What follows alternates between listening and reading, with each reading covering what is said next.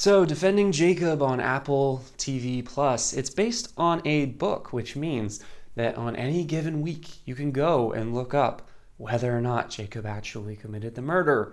In fact, I'm going to go do that right now. Be right back.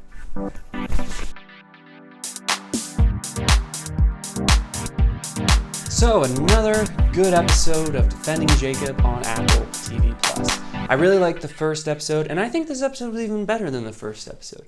But before I get into my just brief thoughts with spoilers, if you are new to the channel, and if you're interested in seeing more of my reviews for Defending Jacob, I'll usually have them out Friday morning after the episode airs that night at like 3 a.m. on Eastern Standard Time, which is where I'm at.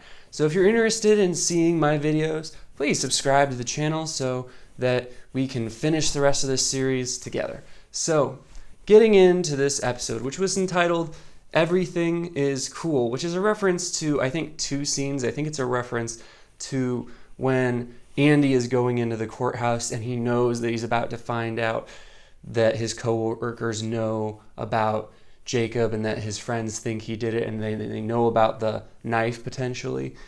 I think it's a reference to that scene, and the security guard asked him as he's going into the courthouse. I think he said everything cool, and then Andy said no. And then there was a song at the end of the episode that Sarah Good sang, which was obviously where it directly came from, because I think she's saying that everything is cool was like the chorus of the song. And they intercut that song to Lori returning home and finding all her son's stuff in disarray on the floor, because obviously the police had searched the house and not bothered to put anything back where they found it, the jerks. And the feels, you just feel so bad for her. She's trying to return to normalcy, and it's just not going to be possible.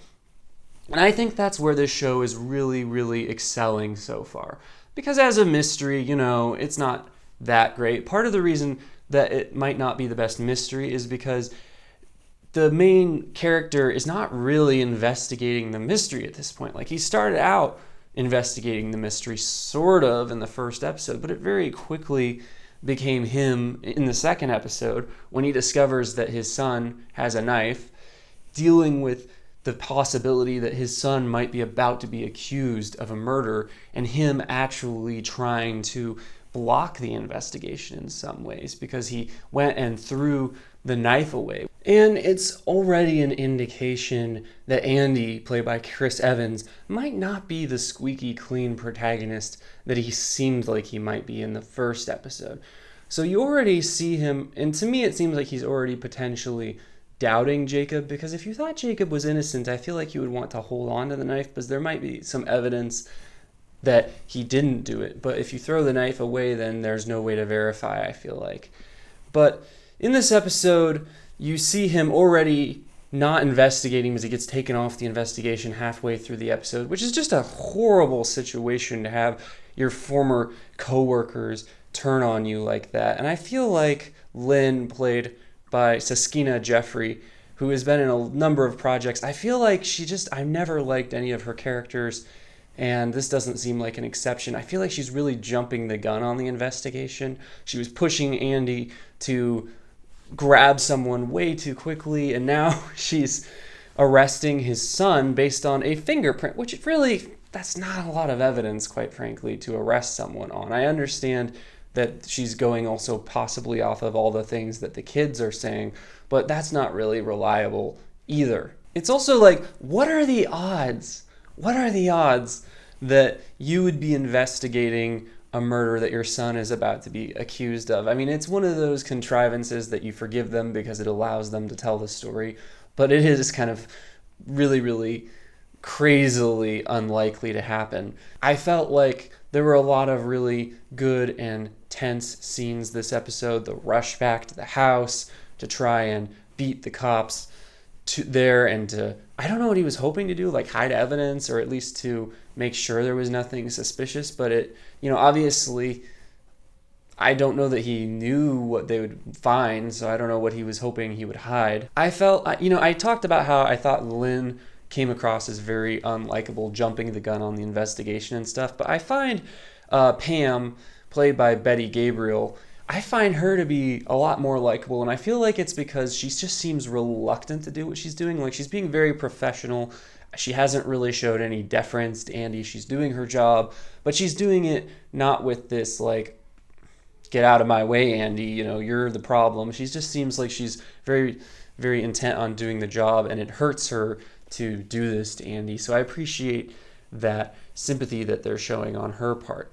I feel like this episode we get to see a little bit of Jaeden Martell as Jacob, and I feel like he's really, really well cast here.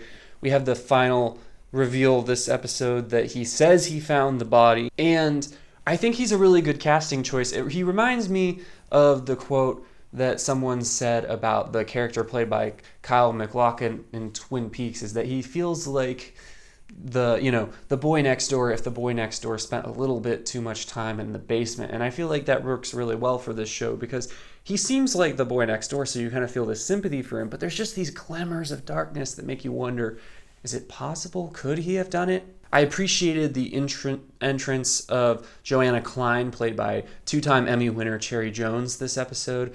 I appreciated the mutual respect that they clearly portrayed between her and Chris Evans' character, the way that she said, I trust you not to leave a camera or a microphone in the room. And then he says, well, do you trust me to interview your client? And she's like, I trust you too much for that, because they both know how competent and professional the other is.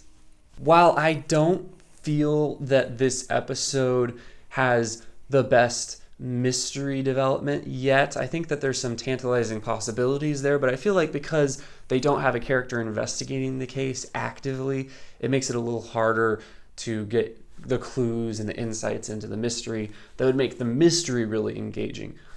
But I feel like the human stakes, the elements where it's like this poor family, just the community is going to turn against them, as you can see, and the media is just invading their lives, and just all the little humiliations and the fear of constantly being in the public eye. I'm surprised that they didn't have the inciting incident where Jacob gets accused of the murder in the first episode. I was surprised that they ended last episode the way they did, because I felt like this would be something that would happen almost immediately. But I think it's good because we do get to see the before with this family and see, how their lives were before it happened, and then it'll be clear all the ways that their lives changed after. The episode ends with us seeing this character that Andy was interrogating early in the episode, which is Leonard, played by Daniel Henshall, and we see him looking at his phone, and he has these pictures of the murdered boy. And, this obviously to me seems like a red herring. He's probably not going to be the actual murderer, because you don't think that they would have the actual murderer be such an obvious choice. Again, I think it's going to be really interesting in future episodes as they volley back and forth on whether or not, did Jacob do it? Did he not do it? I feel like it's going to be hard for them to end this in a satisfying way, because both options seem equally plausible, so it's really not that surprising.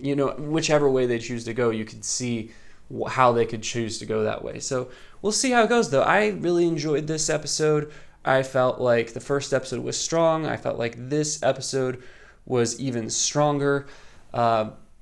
Hopefully they continue to be strong. This feels like a movie on television. The production values are great, and I love that they're just extending it in terms of runtime to 8 episodes, which is just perfect. It's the perfect length to adapt the book, in my opinion. So I give this episode 7.5 out of 10, and I hope that future episodes are even better. But what did you think? Let me know in the comments section, and if you're interested in seeing more videos on this channel, subscribe now.